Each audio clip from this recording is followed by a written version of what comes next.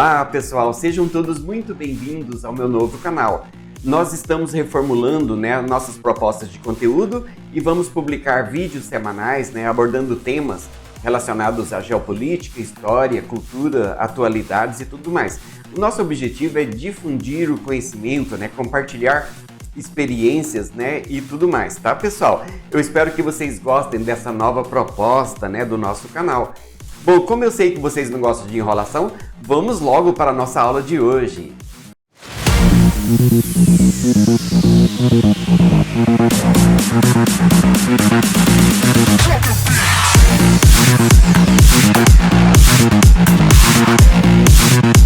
30 de abril de 1945. Berlim está em chamas. O exército soviético avança pelas ruas destruídas da capital alemã. No subsolo da chancelaria do Reich, a poucos metros da superfície, Adolf Hitler vive suas últimas horas em um bunker de concreto. Décadas depois, o History Channel lançaria uma série inteira chamada Caçando Hitler, onde pesquisadores renomados, alguns com PhD, dedicam episódios inteiros tentando provar que o Führer teria escapado. Teorias conspiratórias proliferam na internet. Hitler na Argentina, Hitler na Antártida, Hitler vivendo tranquilamente até os anos 1960. Mas o que dizem as evidências históricas? O que realmente aconteceu naquele bunker em abril de 1945? E por que, mesmo diante de provas científicas, algumas pessoas ainda insistem que Hitler sobreviveu? Hoje, vamos mergulhar nos últimos dias do Terceiro Reich, analisar as teorias conspiratórias mais populares e, acima de tudo, apresentar o que a ciência e a história têm a nos dizer sobre a morte de Adolf Hitler.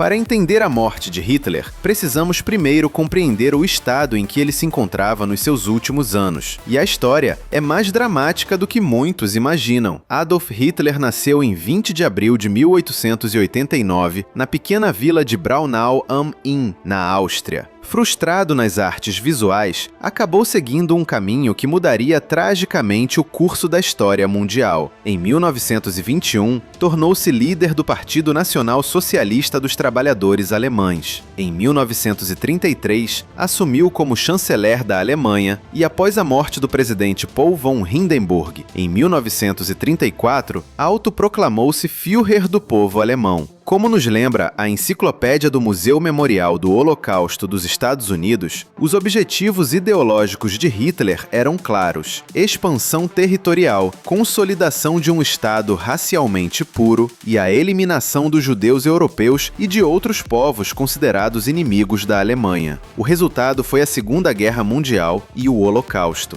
a morte de milhões de pessoas patrocinada pelo Estado alemão. Mas vamos focar nos anos finais. O ano de 1942 marca um ponto de virada crucial. As derrotas em El Alamein, no Egito, em Stalingrado, na União Soviética, e o desembarque norte-americano no norte da África mudaram completamente o rumo da guerra. A partir desse momento, como documenta a Enciclopédia Britânica, Hitler começou a se deteriorar física e mentalmente. Ele passou a dirigir operações de seu quartel-general no leste, recusou-se a visitar cidades bombardeadas e tornou-se cada vez mais dependente de seu médico pessoal, Theodor Morell, que lhe administrava grandes quantidades e variedades de medicamentos. A imagem do líder todo-poderoso já não correspondia à realidade de um homem em declínio. O dia D, 6 de junho de 1944, selou o destino do Terceiro Reich. A invasão da Normandia pelas tropas aliadas marcou o início do fim, e Hitler sabia disso. Em 20 de julho de 1944, ocorreu uma das mais famosas tentativas de assassinato. O coronel Klaus von Stauffenberg detonou uma bomba durante uma conferência na Prússia Oriental.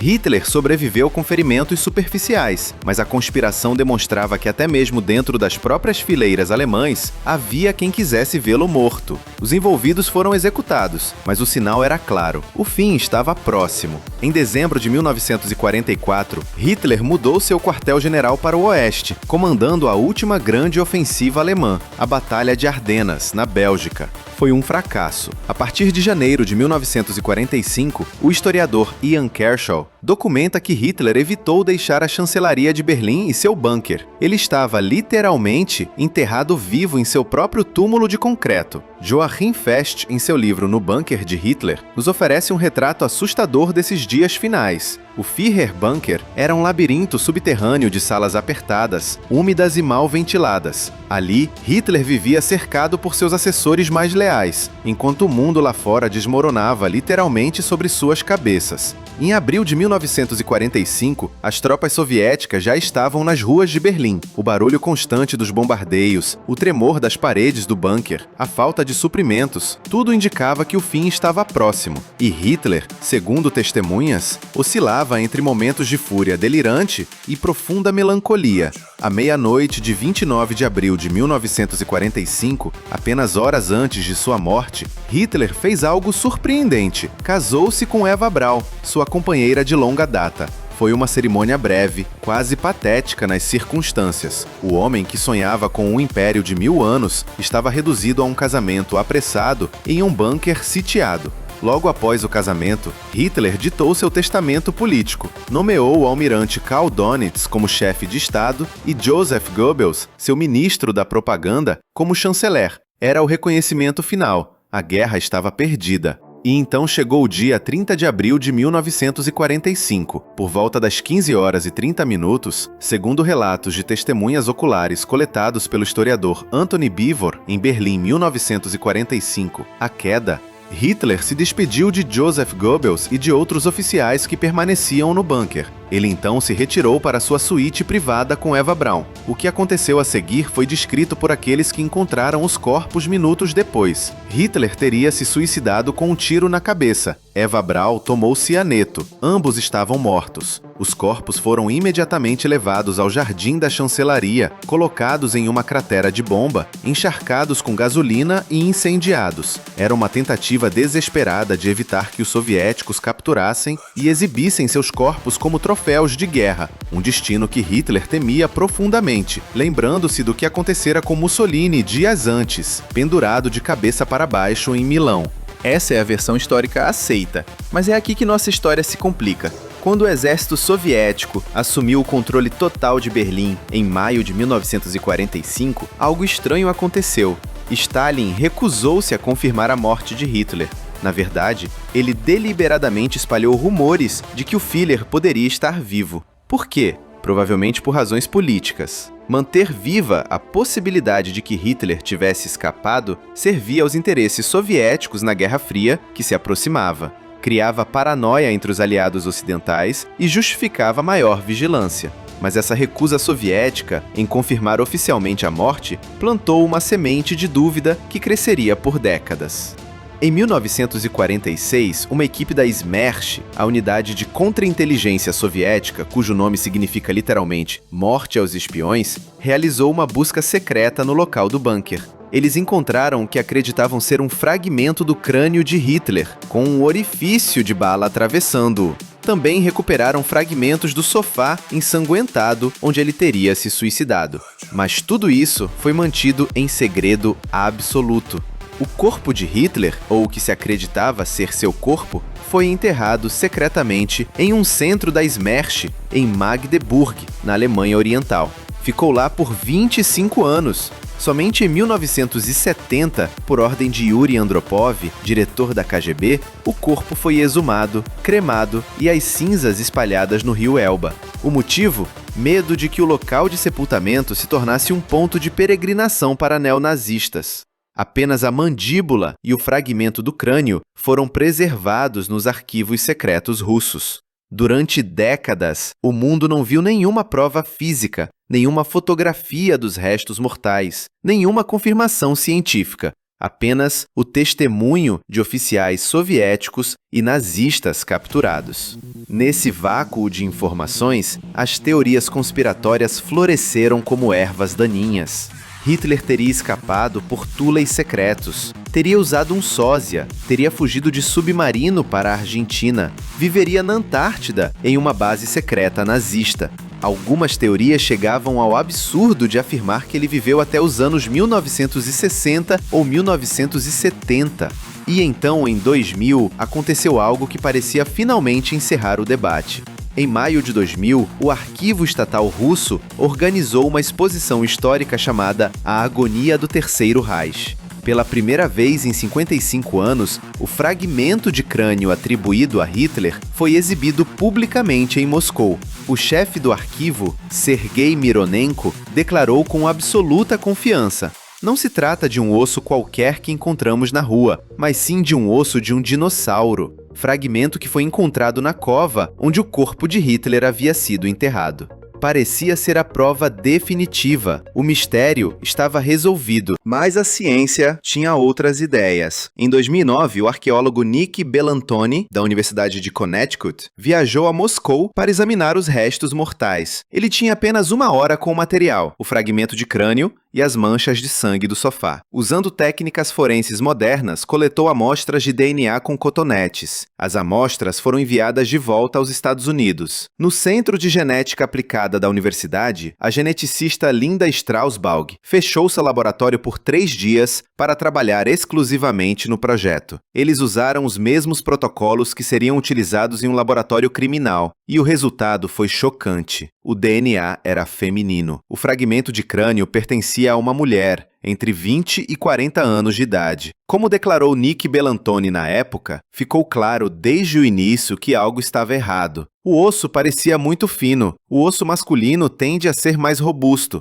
E as suturas onde as placas do crânio se unem pareciam corresponder a alguém com menos de 40 anos. Hitler tinha 56 anos em abril de 1945. A descoberta foi explosiva. O jornal britânico The Observer publicou a história em setembro de 2009 e, imediatamente, as teorias conspiratórias ganharam um novo fôlego. Afinal, se a única prova física da morte de Hitler era falsa, então talvez ele realmente tivesse escapado. O History Channel aproveitou a onda e lançou Caçando Hitler, uma série que seguia investigadores ao redor do mundo, buscando evidências de que o Führer teria fugido para a América do Sul. Mas havia um problema que os teóricos da conspiração convenientemente ignoraram. O fragmento de crânio nunca foi a única evidência, e a ciência estava prestes a falar novamente. Desta vez, de forma definitiva. Em março de 2017, o patologista forense francês Philippe Charlier conseguiu algo extraordinário: acesso completo aos restos mortais mantidos pelos russos. Não apenas o controverso fragmento de crânio, mas também, e isso é crucial, a mandíbula de Hitler, preservada pela FSB, a sucessora da KGB. Charlier conduziu análises minuciosas comparando a mandíbula com os registros dentários de Hitler, que tinham sido meticulosamente documentados por seus dentistas durante a guerra. O resultado foi inequívoco. A mandíbula era autêntica e pertencia, sem sombra de dúvida, a Adolf Hitler. Os dentes apresentavam características únicas que correspondiam perfeitamente aos registros: trabalhos dentários específicos, próteses, a posição exata de cada dente. Era como uma impressão digital dental, impossível de falsificar. Mais importante ainda, a análise confirmou que Hitler não morreu de um tiro na boca, como algumas versões sugeriam, mas sim de um tiro na têmpora, combinado com envenenamento por cianeto, exatamente como as testemunhas oculares haviam descrito. E quanto ao fragmento de crânio feminino, provavelmente pertencia a uma das muitas vítimas dos combates ao redor do bunker. Berlim estava em chamas. Milhares de pessoas morriam diariamente. Os soviéticos, em sua pressa de encontrar Hitler, simplesmente pegaram o fragmento errado da cratera de bomba. Mas aqui está o ponto crucial que desmorona todas as teorias conspiratórias. Mesmo que o fragmento de crânio fosse falso, as outras evidências permanecem inabaláveis.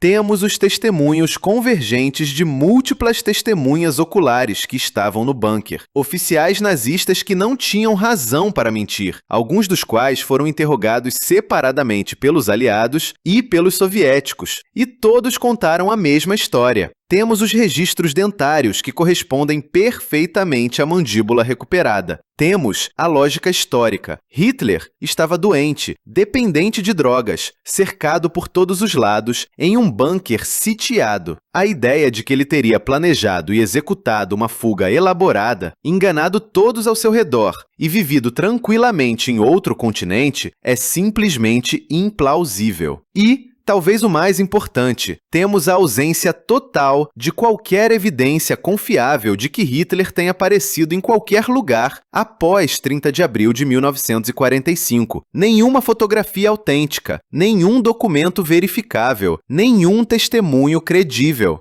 Então, por que as teorias conspiratórias persistem? Por que, mesmo diante de evidências científicas sólidas, programas como Caçando Hitler continuam sendo produzidos? A resposta tem mais a ver com psicologia humana do que com história. Teorias conspiratórias prosperam em ambientes de incerteza e segredo. O silêncio soviético por décadas, a destruição do bunker em 1947, a cremação secreta do corpo em 1970, tudo isso criou um terreno fértil para especulações. Além disso, há algo profundamente insatisfatório na morte de Hitler para muitas pessoas. Um dos maiores criminosos da história humana simplesmente se suicida em um bunker? Parece mundano demais, anticlimático demais. As pessoas querem uma história mais dramática, uma fuga, uma caçada, justiça sendo feita de forma mais espetacular. E, claro, há o fator comercial. Documentários sobre teorias conspiratórias dão audiência. Livros sobre Hitler na Argentina vendem. A indústria do mistério é lucrativa. Mas a responsabilidade de historiadores e educadores, e é por isso que estamos aqui hoje, é separar entretenimento de verdade, especulação de evidência, teoria conspiratória de análise histórica séria. As fontes sérias são claras. Joachim Fest, em No Bunker de Hitler, Anthony Beevor, em Berlim, 1945, Ian Kershaw, em sua biografia monumental de Hitler. Todos esses historiadores renomados, baseando-se em décadas de pesquisa meticulosa, chegam à mesma conclusão. Adolf Hitler morreu por suicídio em 30 de abril de 1945, no Führerbunker, em Berlim. A ciência forense moderna, através do trabalho de Philippe Charlier, em 2017, confirmou isso de forma definitiva. Não há mistério, não há fuga secreta, não há base na Antártida ou vida tranquila na Argentina. Hitler morreu como viveu, como um covarde, incapaz de enfrentar as consequências de suas ações monstruosas, preferindo a fuga final do suicídio à responsabilização por seus crimes. E talvez seja exatamente essa banalidade do mal, para usar a expressão famosa de Hannah Arendt, que torna sua morte tão difícil de aceitar para alguns. Mas aceitar é o que devemos fazer, porque é a verdade histórica, comprovada por evidências, testemunhos e ciência. A história não é sempre dramática ou satisfatória, mas é a história. E nosso dever é conhecê-la, compreendê-la e, acima de tudo, aprender com ela, para que os horrores que Hitler representou nunca mais se repitam.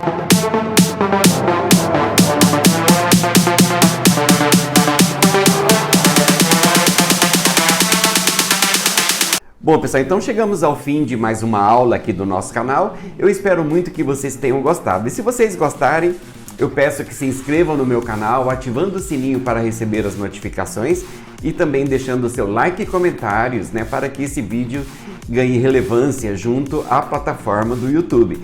Bom, pessoal, eu aguardo vocês na nossa próxima aula. Até breve!